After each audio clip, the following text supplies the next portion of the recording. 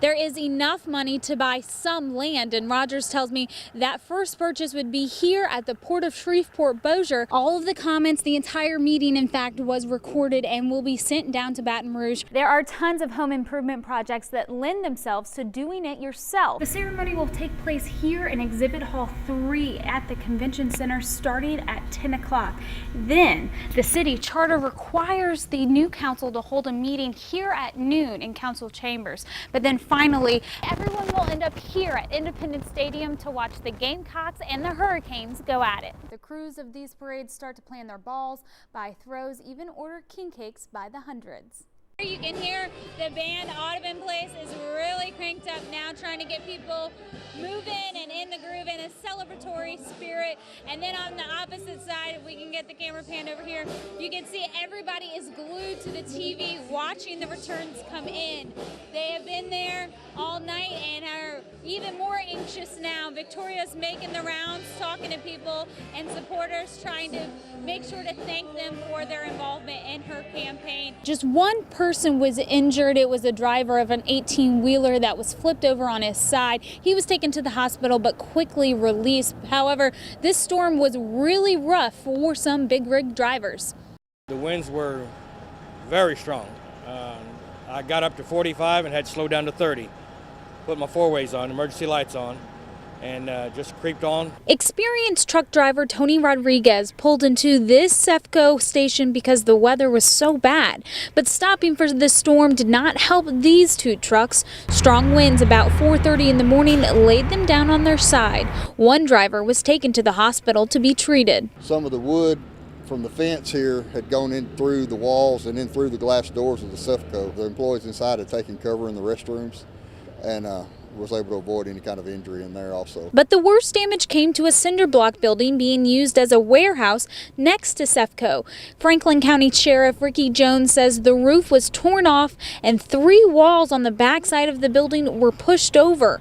Thankfully, that's about all the damage Franklin County has. It was all just kind of confined right here in this little one-block area. You can see the blue tarps over my shoulder. It's on the roof of Prosperity Bank here in Mount Vernon as well. They got some damaged shingles pulled off and water did get inside. But guys, the managers tell me that they plan to open up tomorrow. It might be messy, but they will be open for customers. Reporting in Mount Vernon, I'm Amy Vitrano, KTBS 3 News.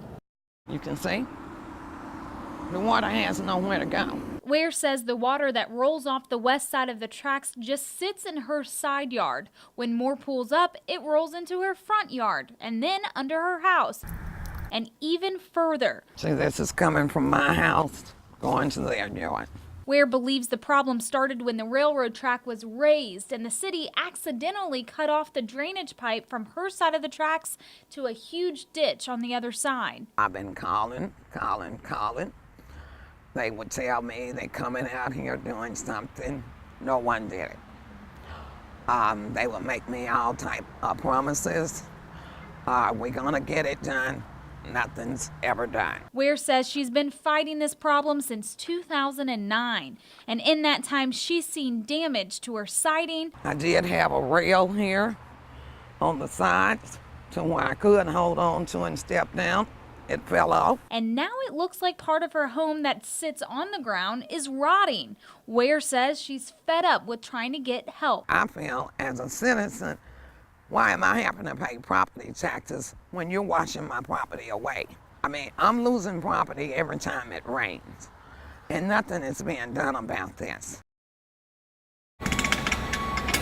The mixture of wheat, oats, and sometimes other ingredients is vital to the making of Great Raft Brewery's 3 different flavors of beer. We strip out as much sugar as we can out of the grain. We generate in excess of a ton of spent grains per brew, per batch. It would be a shame to put this in a landfill, especially when it has so much nutritive value. Great Raft Brewmaster Harvey Kinney says they try to get rid of the spent grain within 36 hours because it will start to sour. So they rake it into a huge plastic container and their friend John Harkins comes to pick it up free of charge. Harkins then distributes the spent grain to his small herd of Angus beef cattle. Average 3 a week, and they'll usually eat 1 in a day. By the time I feed the next one, the next day it's usually gone. And it shows. Harkin says this time last year you could see the ribs and spines of the females who feed their calves. I wouldn't say overweight, I'd say they're all real good body condition right now. And so is his wallet. Harkin saves close to $400 a month on feed because of Great Raft's donation. In the long run, the cost savings and your end profit is where the benefit's going to come in. It feels good knowing that our process is benefiting animals that'll be steak someday. It looked just like a Christmas card. The buildings on Northwestern State University's campus were covered in snow Friday morning. Classes were canceled and most students took advantage of the off day and slept in.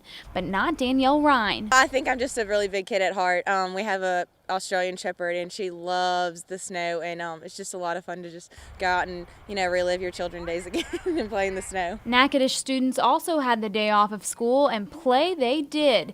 They had snowball fights, rode four-wheelers through the powdery snow, even made snow angels. It's freezing and my bed is very cold. Reagan Smith and her family drove more than an hour in from Chatham just to see the snow in Natchitoches. I'm so surprised it actually stuck, much less that we get to play in it and build snowmans. That's awesome. A drive well worth the time on a rare southern snow day, and memories most of us will never forget. I'm gonna go play some. Amy Vitrano, KTBS 3 News.